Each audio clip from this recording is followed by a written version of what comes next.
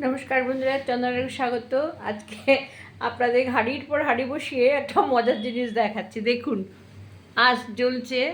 হ্যাঁ, এখানে চিকেন কষা বা চাপ তৈরি হচ্ছে, সেই গোপাল ভাঁড়ের ইয়ের মতন।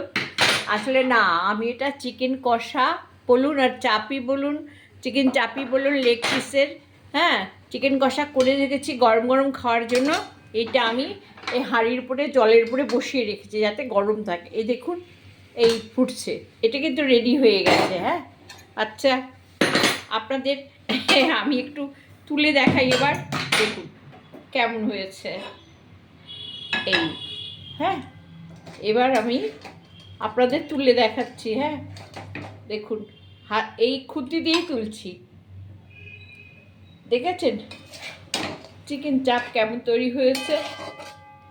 আচ্ছা, আমি হাতা দিয়ে তুলে দিই।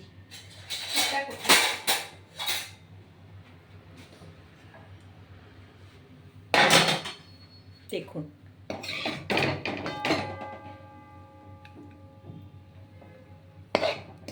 বলুন তো কেন কালো হয়েছে?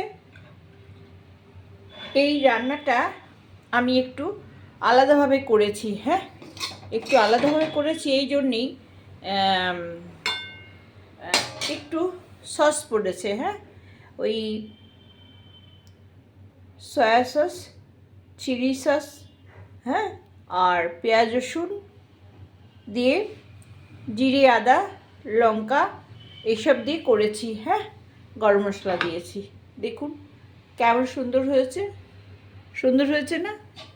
একদম মাখা মাখা। আপনারা মানে ফ্রাইড রাইস, পোলাও, পরোটা, রুটি, লুচি সব কিছুর সঙ্গেই ভালো লাগবে। হ্যাঁ, ভালো লাগলে আপনারা সাবস্ক্রাইব করবেন, লাইক করবেন, শেয়ার দেবেন। বন্ধুরা ভালো থাকবেন। আর আমি এই রান্নাটা আপনাদের ডেসক্রিপশন বক্সে দিয়ে দেবো। হ্যাঁ, কীভাবে রান্না করবেন।